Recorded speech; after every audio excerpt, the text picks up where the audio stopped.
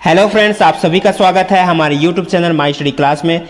जैसा कि साथियों, हम उपभोक्ता संरक्षण अधिनियम 2019 से जो है महत्वपूर्ण वस्तुनिष्ठ प्रश्न आपके लिए ला रहे थे। ये उसका जो है दूसरा पार्ट है। ठीक है साथियों, तो चलिए दूसरा पार्ट की शुरुआत करते हैं। अगर आप चैनल पर नए हो तो चैनल को सब्सक्राइब जरूर कीजिएगा, ताकि आपको सब्सक्राइब करने से जो है आपको जो है नोटिफिकेशन मिलते रहेगा हमारी वीडियो का। तो यहाँ पे देख सकते हैं, यहाँ पे 31वां नंबर से शुरू होना है, क्योंकि पहले पार्ट में हमने जो है 30 नंबर तक का जो है प्रश्न करवा दिया था। अगर आप पहले पार्ट की वीडियो देखना चाहते हो तो आप वीडियो की डिस्क्रिप्शन में चले जाना, वहाँ पे मैं लिंक दे दूंगा। ठीक है साथियों, या तो हमारा प्लेलिस्ट चेक कर सकते हो। तो 31वां नंबर प्रश्न आप देख सकते हैं यहाँ पे, राज्य उपभोक्ता विवाद प्रतितोष आयोग की स्थापना किसके द्वारा की जाती है? ऑप्शन में है केंद्र सरकार द्वारा, कलेक्टर द्वारा, राज्य सरकार द्वारा, जिला दंडाधिकारी द्वारा। तो इस प्रश्न का सही आंसर है वो है राज्य सरकार द्वारा। चलिए अगला प्रश्न देखते हैं यहाँ पे, राज्य आयोग के अधिकारिता का उल्लेख किस धारा में किया गया है? ऑप्शन में धारा 48, धारा 46, धारा 45, धारा 47।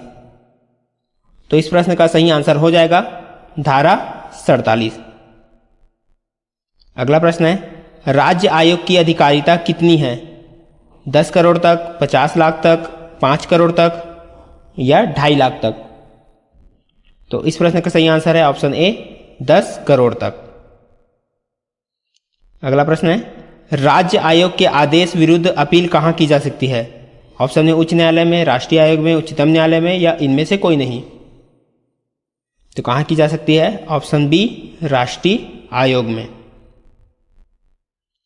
अगला प्रश्न है, राज्य आयोग के आदेश विरुद्ध अपील कितने दिवस के भीतर राष्ट्रीय आयोग में की जा सकेगी? ऑप्शन में 15 दिवस के भीतर, 25 दिवस के भीतर, 30 दिवस के भीतर, इनमें से कोई नहीं? तो इस प्रश्न का सही आंसर है 30 दिवस के भीतर। चलिए अगला प्रश्न देखते हैं, राज्य आयोग अथवा राष्ट्रीय आयोग द्वारा अपील ग्रहण के कितने दिवस के भीतर उसका निपटान करना आवश्यक है? ऑप्शन में है 45 दिवस के भीतर, 60 दिवस के भीतर, 30 दिवस के भीतर, 90 दिवस के भीतर। तो इस प्रश्न का सही आंसर हो जाएगा ऑप्शन डी, 90 दिवस के भीतर। चलिए अगला प्रश्न देखते हैं, राष्ट्रीय उपभोक्ता विवाद प्रतितोष आयोग की स्थापना का प्रावधान है? धारा 53 में, धारा 54 में, धारा 55 में, धारा 56 में? तो इस प्रश्न का सही आंसर हो जाएगा धारा 53 में। अगला प्रश्न है, राष्ट्रीय उपभोक्ता विवाद प्रतितोष आयोग की स्थापना किसके द्वारा की जाती है? ऑप्शन में है राज्य सरकार द्वारा, केंद्र सरकार द्वारा, उच्चतम न्यायालय द्वारा या उच्च दंडाधिकारी द्वारा? तो इस प्रश्न का सही आंसर हो जाएगा ऑप्शन बी, केंद्र सरकार द्वारा। अगला प्रश्न है, राष्ट्रीय उपभोक्ता विवाद प्रतितोष आयोग के अध्यक्ष व सदस्यों के योग्यता का निर्धारण कौन करता है? ऑप्शन में है राज्य सरकार, उच्चतम न्यायालय, केंद्र सरकार, उच्च दंडाधिकारी। तो इसका जो राइट आंसर है केंद्र सरकार। अगला प्रश्न है, राष्ट्रीय आयोग की अधिकारिता का प्रावधान है? धारा 56 में, धारा 57 में, धारा 55 में, धारा 58 में? तो कौन सी धारा में है? ऑप्शन डी, धारा 58 में।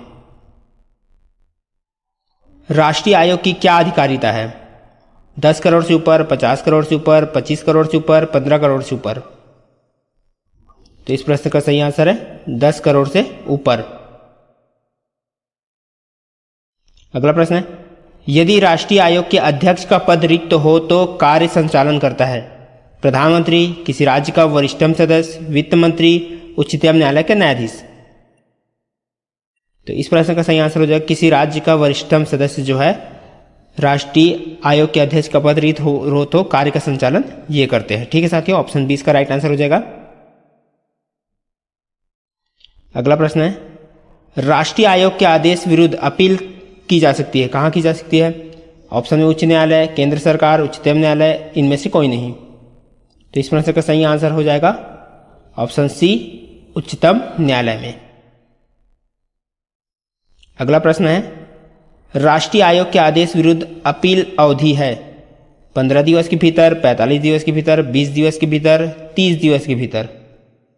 तो इस प्रश्न का सही आंसर हो जाएगा ऑप्शन डी, 30 दिवस के भीतर। अगला प्रश्न है, राष्ट्रीय आयोग के आदेश विरुद्ध अपील का प्रावधान है? धारा 67 में, धारा 68 में, धारा 65 में या उपरोक्त सभी में? तो इस प्रश्न का सही आंसर हो जाएगा ऑप्शन ए धारा 67 में। अगला प्रश्न है परिसीमा अवधि का उल्लेख किस धारा में किया गया है? धारा 67 में, धारा 69 में, धारा 65 में, इनमें से कोई नहीं। तो इस प्रश्न का सही आंसर है धारा 69 में। अगला प्रश्न है जिला आयोग, राज्य आयोग या राष्ट्रीय आयोग के लिए अंतिम परिवाद स्वीकार करने की समयावधि क्या है? 1 वर्ष, 2/5 वर्ष, 2 वर्ष या इनमें से कोई नहीं। तो इस प्रश्न का सही आंसर हो जाएगा वो है 2 वर्ष।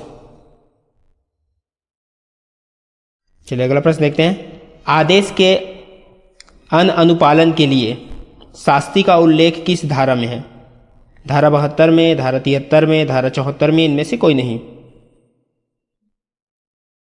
तो इस प्रश्न का सही आंसर हो जाएगा ऑप्शन ए धारा 72 में। चलिए अगला प्रश्न देखते हैं आदेश के अनुपालन के लिए शास्ति का क्या प्रावधान है? 1 माह से 3 वर्ष तक का कारावास, 2 वर्ष तक का कारावास, 5 वर्ष तक का कारावास, उपयुक्त सभी। तो इस प्रश्न का सही आंसर हो जाएगा ऑप्शन ए 1 वर्ष, 1 माह से 3 वर्ष तक का कारावास। अगला प्रश्न है अपील के संबंध में सही नहीं है। जिला आयोग के विरुद्ध राज्य आयोग में, राज्य आयोग के विरुद्ध केंद्रीय आयोग में, केंद्रीय आयोग के विरुद्ध उच्चतम न्यायालय में, या इनमें से कोई नहीं। तो इसमें जो है ऑप्शन डी इसका सही हो जाएगा। ये सही नहीं है। ठीक है साथियों, ये वाला जो है क्या है, ये सही नहीं है, ऑप्शन डी, बाकी सब ठीक है। अगला प्रश्न है उपभोक्ता मध्यस्थता सेल की स्थापना का प्रावधान है। धारा 74 में, धारा 75 में, धारा 73 में, धारा 78 में। तो इस प्रश्न का सही आंसर हो जाएगा धारा 74 में। ऑप्शन ए इसका राइट आंसर हो जाएगा। अगला प्रश्न है उपभोक्ता मध्यस्थता सेल की स्थापना कौन करता है? केंद्र सरकार, राज्य सरकार, उच्च आयोग या जिला कलेक्टर? तो कौन करता है? राज्य सरकार। अगला प्रश्न है उपभोक्ताओं के अधिकारों के संबंध में सही नहीं है। निजता का अधिकार, उपभोक्ता शिक्षा का अधिकार, परिसंकट में माल के विपणन के विरुद्ध संरक्षण का अधिकार, वस्तु व सेवाओं की गुणवत्ता सुनिश्चित करने का अधिकार। तो कौन सा इसमें जो है सही नहीं है? तो कौन सा सही नहीं है? ऑप्शन ए निजता का अधिकार। अगला प्रश्न है उत्पाद विनिर्माता का दायित्व का प्रावधान है। धारा 84 में, धारा 85 में, धारा 81 में, धारा 78 में। तो कौन सी धारा में है? तो इस प्रश्न का सही आंसर हो जाएगा ऑप्शन ए धारा 84 में। चलिए अगला प्रश्न देखते हैं इस अधिनियम के प्रावधानों के अधीन विनिर्माता का दायित्व कार्यवाही में दायी होगा। उत्पादन में त्रुटि है, उत्पादन डिजाइन में त्रुटि है, उत्पाद वारंटी के अनुरूप नहीं है, या उपरोक्त सभी। तो इस प्रश्न का सही आंसर हो जाएगा उपरोक्त सभी, ऑप्शन डी। अगला प्रश्न है उत्पाद विक्रेताओं के दायित्व का उल्लेख किस धारा में है? धारा 86, धारा 85, धारा 83, धारा 89। तो इसका जो राइट आंसर है ऑप्शन ए धारा 86 में। अगला प्रश्न देखते हैं उत्पाद विक्रेताओं के दायित्व कार्यवाही में दायी होगा। ऑप्शन में ए में है डिजाइन परीक्षण में पैकेजिंग में त्रुटि, वारंटी के अनुरूप नहीं है, डिजाइन में त्रुटि है, उपरोक्त सभी। तो इस प्रश्न का सही आंसर हो जाएगा ऑप्शन डी उपरोक्त सभी। अगला प्रश्न है उपभोक्ता संरक्षण अधिनियम 2019 में अध्यायों की संख्या कितनी है? 8, 6, 7, ए और बी दोनों। तो इस प्रश्न का सही आंसर हो जाएगा ऑप्शन ए 8। चलिए साथियों देख लेते हैं आज का आखिरी प्रश्न। दोस्तों जो है 59वां नंबर प्रश्न था उसको हमने जो है यहाँ पे विलोपित कर दिया है, क्योंकि उसमें जो है कुछ त्रुटि था, इस कारण जो है हमने उसको जो है हटा दिया है साथियों। डायरेक्ट हम जो है 58 के बाद यहाँ पे हम 60 लाए हैं। ठीक है साथियों, जिला आयोग के पद रिक्ति के संबंध में सत्य क्या है? ऑप्शन में है राज्य सरकार अधिसूचना द्वारा अन्य जिला आयोग को अधिकारिता सौंप सकती है, वरिष्ठ अधिकारी अध्यक्षता कर सकता है, कलेक्टर अध्यक्षता कर सकता है, इनमें से कोई नहीं। तो इस प्रश्न का सही आंसर हो जाएगा ऑप्शन ए राज्य सरकार अधिसूचना द्वारा अन्य जिला आयोग को अधिकारिता सौंप सकती है।